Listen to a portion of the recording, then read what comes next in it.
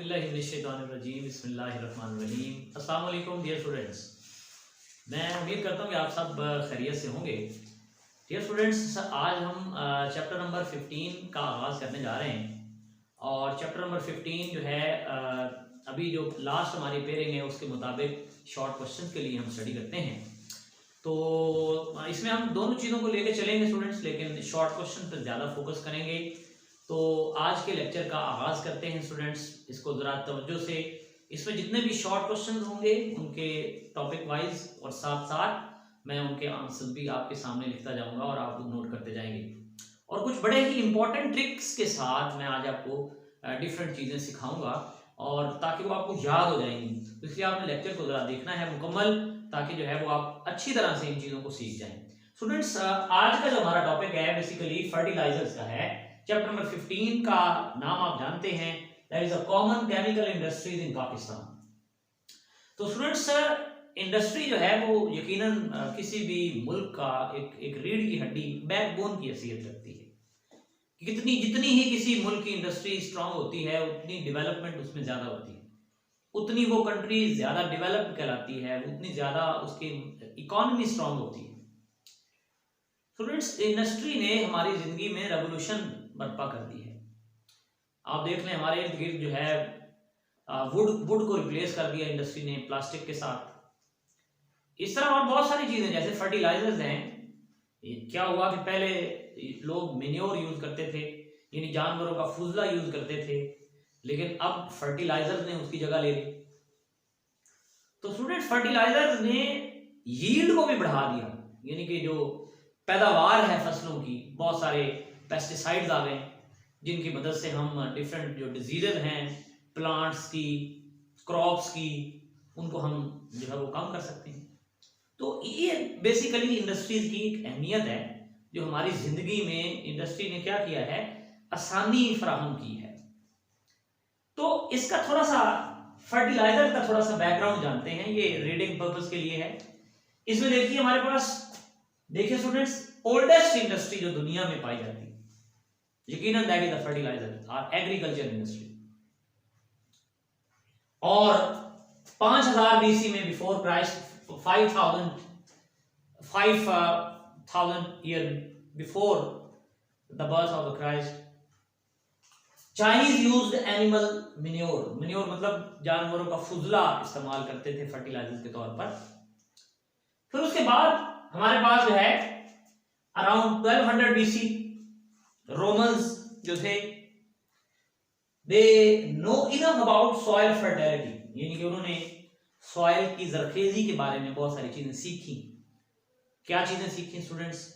उन्होंने सीखा rotation of crops, कि रोटेशन से मुराद है एक फसल लगाई है तो उसके बाद अल्टरनेटिव फसल और लगा दी। रोटेशन ऑफ क्रॉप्स, ताकि एक ही क्रॉप को बीजने से सॉइल की फर्टिलिटी बिल्कुल ही खत्म ना हो जाए। उन्होंने सीखा एडिंग लाइन, यानी कि अगर कैल्शियम ऑक्साइड जिसे हम बोलते हैं, उन्होंने जो एसिडिक सॉइल होती थी लाइन डाल देते थे सॉइल के अंदर, जो यकीनन आज भी फर्टिलाइजर में मौजूद होती। और फिर वो मेन्योर जैसे कि जानवरों का फुजला इस्तेमाल करते थे, और साथ में ग्रोइंग लिग्यूम्स। लिग्यूम स्टूडेंट दालों को कहते हैं, निशास्ता। ये दालें जो है ना, ये नाइट्रोजन फिक्सेशन में बड़ा इंपॉर्टेंट रोल प्ले करते हैं, और वो फसलों में अल्टरेशन करके दालें यूज करते थे जो एटमॉस्फेरिक नाइट्रोजन को बड़ी अच्छी तरह फिक्स कर लेती थी। तो इसका मतलब है वो दालें उगा लेते थे ताकि नाइट्रोजन उन्हें एटमॉस्फेयर से मिल जाए। जो फर्टिलाइजर में हम यूरिया यूज करते हैं क्योंकि उसमें नाइट्रोजन है, तो वो कहते हैं कि वो उन्होंने दालें उगाना शुरू कर दी ताकि उनको जो फर्टिलाइजर्स हैं वो एयर से नाइट्रोजन फिक्सेशन के जरिए उन्हें नाइट्रोजन अवेलेबल होती है। तो ये कुछ जर्नल बैकग्राउंड था जो आपने रीड करना है इसको। इसी तरह स्टूडेंट्स, व्हाट इज मेन्योर, ये शॉर्ट क्वेश्चन के तौर पर हमसे आ सकता है। मेन्योर क्या है? It is an organic material used to fertilise land and it consist of faeces and urine of domestic livestock. यानी कि ये स्टूडेंट्स जो हमारे पास फुजला होता है जानवरों का, इसको हम भैंसों का फुजला वगैरह वगैरह, इसको स्टूडेंट्स हम जो है क्या करते हैं, इसको जो है वो हम फर्टिलाइजर के तौर पे यूज करते हैं। यानी कि लाइव स्टॉक का जो रिमेनिंग है उसको जब फर्टिलाइजर के तौर पर हम यूज करेंगे then it will be known as a manure. तो हमारे पास पहला आज के लेक्चर का, आज के टॉपिक का इंपॉर्टेंट जो शॉर्ट क्वेश्चन है स्टूडेंट्स, वो ये है कि व्हाट आर फर्टिलाइजर्स। तो स्टूडेंट्स इसको बड़े अच्छे तरीके से आपने समझना है। फर्टिलाइजर्स होते क्या हैं? Fertilisers are the substances which contain elements essential for the plant growth। यानी कि फर्टिलाइजर वो सब्सटेंसेस हैं स्टूडेंट्स जिनमें वो न्यूट्रिएंट्स पाए जाते हैं, जिनमें वो एलिमेंट्स पाए जाते हैं जो हमें प्लांट्स ग्रोथ के लिए रिक्वायर्ड होते हैं। यानी उनमें वो न्यूट्रिएंट्स मौजूद होते हैं जो प्लांट्स की सोइल की फर्टिलिटी को, प्लांट्स की ग्रोथ को इनहेंस कर देते हैं। इसी तरह स्टूडेंट्स दूसरे इसके हिस्से में their introduction in the soil increases yield of crops. यानी कि जब बेटे हम ये फर्टिलाइजर्स सॉइल में ऐड करते हैं तब स्टूडेंट्स क्या होता है, इससे ना सिर्फ हमें वो न्यूट्रिएंट्स मुहैया होते हैं बल्कि वो न्यूट्रिएंट्स सॉइल की जो जरखेजी है और जो अमाउंट है क्रॉप्स की, जो यील्ड है क्रॉप्स की, उसको वो इनहेंस कर देता है। तो ये स्टूडेंट हमारे पास फर्टिलाइजर्स हैं कि ये वो एसेंशियल सब्सटेंसेस हैं जो प्लांट्स की ग्रोथ के लिए हमें चाहिए होते हैं, इन्हें फर्टिलाइजर्स कहते हैं। मिसाल के तौर पर यूरिया है, डीएपी है, अमोनिया है, पोटेशियम नाइट्रेट है स्टूडेंट्स, ये हमारे पास डिफरेंट फर्टिलाइजर्स हैं जो हम सॉइल में यूज करते हैं। और क्यों करते हैं ये भी यकीनन हम आगे चल के बात करेंगे। स्टूडेंट्स देखिए इसके बाद एक और बड़ा इंपॉर्टेंट शॉर्ट क्वेश्चन है, क्या why do we need fertilisers, यानी हमें फर्टिलाइजर्स क्यों दरकार है, आखिर हम ये फर्टिलाइजर सॉइल में ऐड क्यों करते हैं। तो स्टूडेंट्स देखिए आंसर इसका देखिए, they enhance the natural fertility of soil.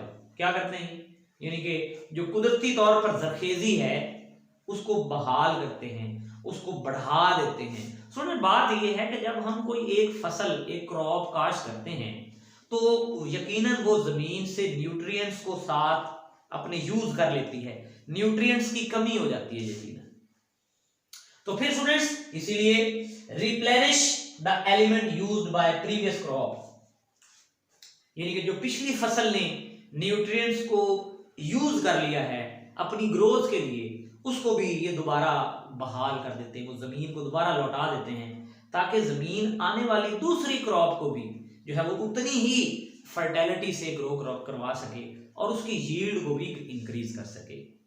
इसी तरह स्टूडेंट्स हम आगे चलते हैं और नेक्स्ट देखते हैं कि हमें फर्टिलाइजर क्यों चाहिए होते हैं। बेटे ये पीएच मेंटेन करते हैं सॉइल की, दे maintain the pH of soil between 7 to 8। इसी तरह students they help in the growth of, यकीनन ये तो बात बड़ी सिंपल सी है कि ये ग्रोथ ऑफ प्लांट यानी प्लांट ग्रोथ में ये बेटे हेल्पफुल साबित होते हैं। तो ये हमारा एक शॉर्ट क्वेश्चन और मुकम्मल होता है कि नेचुरल फर्टिलिटी को इंक्रीज करते हैं, replenish the element used by the previous crop, वो लौटा देते हैं, ये पीएच को 7 to 8 के दरमियान मेंटेन करते हैं और हेल्प करते हैं in the growth of plants. Usually fruits की डेवलपमेंट के लिए भी बड़े अहम होते हैं, यानी जैसे कि ये मैंगोज हैं, ये एप्पल्स हैं, बनानाज हैं। इसी तरह बेटे इनके लिए भी फर्टिलाइजर बड़े जरूरी होते हैं क्योंकि ये इनकी ग्रोथ में बड़ा इंपॉर्टेंट जो है वो सीड्स हो गए डिफरेंट तरह के, इनकी ग्रोथ में ये बड़ा ही एक इंपॉर्टेंट और मेजर रोल प्ले कर रहे होते हैं। इसी तरह स्टूडेंट्स देखिए हमारे पास नेक्स्ट बड़ा ही एक और इंपॉर्टेंट शॉर्ट क्वेश्चन है, ये बड़ी दफा हमारे एग्जाम में आ चुका है और ये एग्जाम्स के हवाले से तमाम बोर्ड्स के हवाले से ये बड़ा इंपॉर्टेंट क्वेश्चन है। और essential qualities of a good fertilisers, यानी कि वो वाली फर्टिलाइजर्स मतलब क्या क्वालिटीज होनी चाहिए एक फर्टिलाइजर के लिए, what should be the qualities in an ideal fertiliser, in a good fertiliser, यानी जिस फर्टिलाइजर को हमने यूज करना है उसमें क्या क्या क्वालिटी होनी चाहिए, वो किस तरह से सॉइल के अंदर क्या क्या चीजें उसमें हो ताकि उससे सॉइल को भी डैमेज ना हो और ग्रोथ भी बढ़े, तो उसमें क्या खसूसियात होनी चाहिए, इनको हम डिस्कस करते हैं। तो स्टूडेंट्स मैंने एक ट्रिक बनाया है, पहले मैं जरा ये प्रॉपर्टीज बता दूं, मैंने जरा ये इनहेंस की है हेडिंग के साथ, आपको सिर्फ हेडिंग याद हो जाएगी, आपको एक प्रॉपर्टी याद हो जाएगी स्टूडेंट्स, न्यूट्रिएंट्स। तो सिंपल सी बात है, फर्टिलाइजर हम क्यों ऐड कर रहे हैं जमीन में, ताकि वो जमीन को न्यूट्रिएंट्स दे जो हमें चाहिए ताकि वो ग्रो करे। इसी तरह सॉल्युबिलिटी, उसको पानी में हाल होना चाहिए, अगर पानी में हाल ही नहीं होगा तो वो तो फिर जहां मौजूद है वहां ही रह जाएगा, पानी में हाल होगा तो वो मिक्स हो जाएगा और वो सारी के सारे क्रॉप्स के हिस्सों में जो है इवनली डिस्ट्रीब्यूट हो जाएगा, इसलिए उसे सॉल्युबल होना चाहिए। फिर इंजोरियस, उसको इंजोरियस नहीं होना चाहिए प्लांट्स के लिए, यानी कि ये ना हो कि जो इस प्लांट में ऐड करें वो प्लांट जो है वो उसको ये हर्ट कर दे, इंजर्ड कर दे, इंजोरियस नहीं होना चाहिए। इसी तरह स्टूडेंट पीएच, उसे पीएच अल्टर नहीं करनी चाहिए, यानी it should not alter the pH of the soil, pH को मेंटेन करना चाहिए, अल्टर नहीं करना चाहिए, ये बात ध्यान रखिए। इसी तरह इट शुड बी चीप, ये महंगा ना हो, ये ना हो कि जितनी फसल होनी उतने का फर्टिलाइजर आ जाए, ऐसा नहीं होना चाहिए। इसी तरह स्टूडेंट्स अवेलेबिलिटी, और बेटे इसमें अवेलेबिलिटी में हमने ये बात की है कि it should be available for longer period of time, ये ना हो कि जब फर्टिलाइजर आपने ऐड किया तो उसका असर 1-2 दिन बाद खत्म हो गया, no, it should be available for the longer period of time. तो ये स्टूडेंट वो क्वालिटीज हैं जो एक अच्छे फर्टिलाइजर में होती हैं। अब देखिए हम इसका ट्रिक जो है वो देखने की कोशिश करते हैं और ट्रिक को समझने की कोशिश करते हैं। स्टूडेंट देखिए मेरे पास मैंने लिखा न्यूट्रिएंट्स N, सॉल्युबिलिटी से S, इंजोरियस से I, पीएच से P, चीप से C, अवेलेबिलिटी से A। इसका मतलब है मैंने क्या बताया कि नो सिप चाय, यानी कि चाय की कोई सिप नहीं है बाकी, इट हैज बीन फिनिश्ड। इसका मतलब है नो सिप चाय, इसका मतलब है नो न्यूट्रिएंट्स को जाया करेगा, सिप S सॉल्युबिलिटी को, I इंजोरियस को, P पीएच को, चीप C चाय से चीप जो है वो चीप को C जाया करेगा, A जो जाया करेगा वो किसको करेगा, अवेलेबिलिटी को। तो इस तरह से ट्रिक से आपको ये याद रहेंगे, आपने याद क्या रखना है, नो सिप चाय, तो पहला वर्ड नो न्यूट्रिएंट्स, फिर SIP solubility, I injurious, P pH, C cheap, और इसी तरह से A अवेलेबिलिटी। तो ये स्टूडेंट हमारे पास थी essential qualities of good fertiliser. अब हम स्टूडेंट्स आगे चलते हैं और एक और बड़ा इंपॉर्टेंट शॉर्ट जी, तो ये एक और स्टूडेंट जो हमारा शॉर्ट क्वेश्चन है इसको देखिए, ये भी बहुत इंपॉर्टेंट है हमारे एनुअल एग्जाम्स के लिए। और ये स्टूडेंट्स क्या है, और ये बड़ी दफा आया है, आज जितने भी हम क्वेश्चन कर रहे हैं, जितनी भी हम चीजों को डिस्कस कर रहे हैं, वो शॉर्ट के लिए बड़ी इंपॉर्टेंट है। तो स्टूडेंट नेक्स्ट जो पॉइंट है, differentiate between micro and macro nutrients. तो यकीनन स्टूडेंट आप जानते हैं micro means which required in a small amount, macro mean which required in a large amount. It's mean that the nutrients which are required in a very small amount for growth of plant, यानी वो students nutrients जो plant growth के लिए बड़ी थोड़ी मिकदार में चाहिए होते हैं, उन्हें हम माइक्रो न्यूट्रिएंट्स कहते हैं। जबकि वो स्टूडेंट्स न्यूट्रिएंट्स जो हमें लार्ज अमाउंट में दरकार होते हैं, macro mean large, so the nutrients which are required in the large amount for the growth of plants are known as the macronutrients।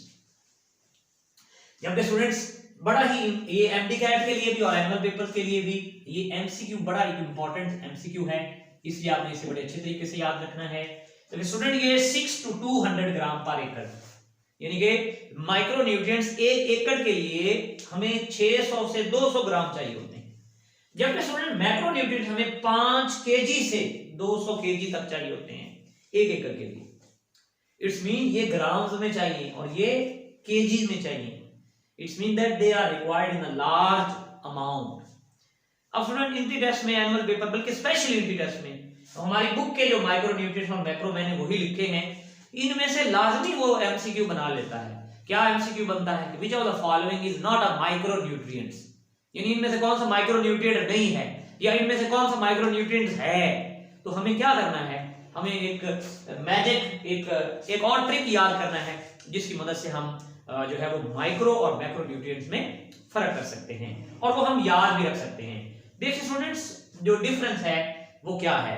Student बात ये है, वैसे तो माइक्रो न्यूट्रिएंट्स है, मैग्नीज है, जिंक है, मोलिब्डेनम है, क्लोरीन है, बोरॉन है, कॉपर है, आयरन है। ये टोटल 7 कितने बेटे, टोटल 7 माइक्रो न्यूट्रिएंट्स हमें बुक में दिए गए हैं। अब हमने इनको याद करना है, भूल जाते हैं कोई मसला नहीं, अब नहीं भूलेंगे। माइक्रो न्यूट्रिएंट्स क्या है, जमीन में थोड़ी देर के लिए थोड़ी मिकदार में चाहिए होते हैं, इसलिए माइक्रो न्यूट्रिएंट्स क्या कहते हैं, मैं जमीन से बस आया, मैं जमीन से बस आया, मतलब कि जमीन में इतनी ज्यादा मिकदार में मुझे मेरी जरूरत नहीं है, मैं जमीन से होके बस आया वापस। इसका मतलब है मैं मैग्नीज, जेड जमीन, ZM जमीन, Z से जिंक, MO से मोलिब्डेनम और से क्लोरीन, B बस मतलब बोरॉन, C यानी कि बस, ये दोनों B C मिलके बस बना रहे हैं और ये B से मतलब बोरॉन, CU से मतलब कॉपर और आया से मतलब आयोडीन, आयोडीन को सॉरी आई से मतलब आयरन, ये आयरन लिखा है तो इसका मतलब है मैं जमीन से बस आया, क्योंकि इनकी जरूरत नहीं है, थोड़ी अमाउंट में ये चाहिए तो इनका लोगो क्या है, ये कहते हैं मैं जमीन से बस आया। तो इसका मतलब है एम मैं, जेड एम जमीन से बस आया। तो इस तरह से स्टूडेंट्स आप बड़ी आसानी से इसको याद रख सकते हैं। इसी तरह एक बड़ा प्यारा सा ट्रिक और बनाया है मैंने मैक्रो न्यूट्रिएंट्स के लिए स्टूडेंट। और एक और बड़ी इंपॉर्टेंट पॉइंट ये आपने माइंड में रखना है, ये जो माइक्रो न्यूट्रिएंट्स हैं ये सारे के सारे सॉइल से हासिल होते हैं, सारे के सारे सॉइल से, बात माइंड में रखनी। यहां मैं डिफरेंस बताऊंगा। फिर यहां पर देखिए कार्बन है, हाइड्रोजन है, ऑक्सीजन है, नाइट्रोजन है, फास्फोरस है, कैल्शियम है, मैग्नीशियम है, सल्फर है, पोटाशियम है। ये स्टूडेंट 8 हमारे पास जो है ये, बल्कि आप कह लीजिए कि 9 जो है ये न्यूट्रिएंट्स जो हमारे पास हैं ये मैक्रो न्यूट्रिएंट्स हैं। अब इनको याद करने के लिए भी यकीनन हम एक बड़ा प्यारा सा ट्रिक बनाया है, और वो वैसे भी प्यारा ट्रिक है, जरा देखिए। कहो, CHO कहो ना प्यार से मुझसे पोटाशियम, यानी कि ये मैक्रो न्यूट्रिएंट्स का लोगो है कि वो कह रहे हैं पोटाशियम को कि कहो ना प्यार से मुझसे पोटाशियम, यानी कि मुझे प्यार से पोटाशियम कहो। बात समझ आ रही है आपको? तो कहो, C से कार्बन, H से हाइड्रोजन, O से ऑक्सीजन, ये तीनों एयर से हासिल होती हैं। और फिर बाकी नाइट्रोजन, पोटाशियम, यानी कि ये 3 बातें हम बड़े इंपॉर्टेंट लिखते हैं। NPK, ये NPK भी बड़ा इंपॉर्टेंट है, इसको भी वर्ड को याद रखना है। यानी ये 3 बड़े बल्क में मेजर न्यूट्रिएंट्स हैं जो हमें बड़ी जरूरत इनकी होती है सॉइल के अंदर। लेकिन ये सारे माइक्रो न्यूट्रिएंट्स की डिटेल है जो इंट्री टेस्ट में अगर हमें तैयार होंगे। अब देखना, कहो से कार्बन, हाइड्रोजन, ऑक्सीजन आ जाएगा, ना से नाइट्रोजन आ जाएगा, प्यार से फास्फोरस आ जाएगा, C से कैल्शियम आ जाएगा, मुझ मैग्नीशियम आ जाएगा, से सल्फर आ जाएगा, और पोटाशियम तो वो हमने नाम में रखा है, कहो ना प्यार से मुझसे पोटाशियम।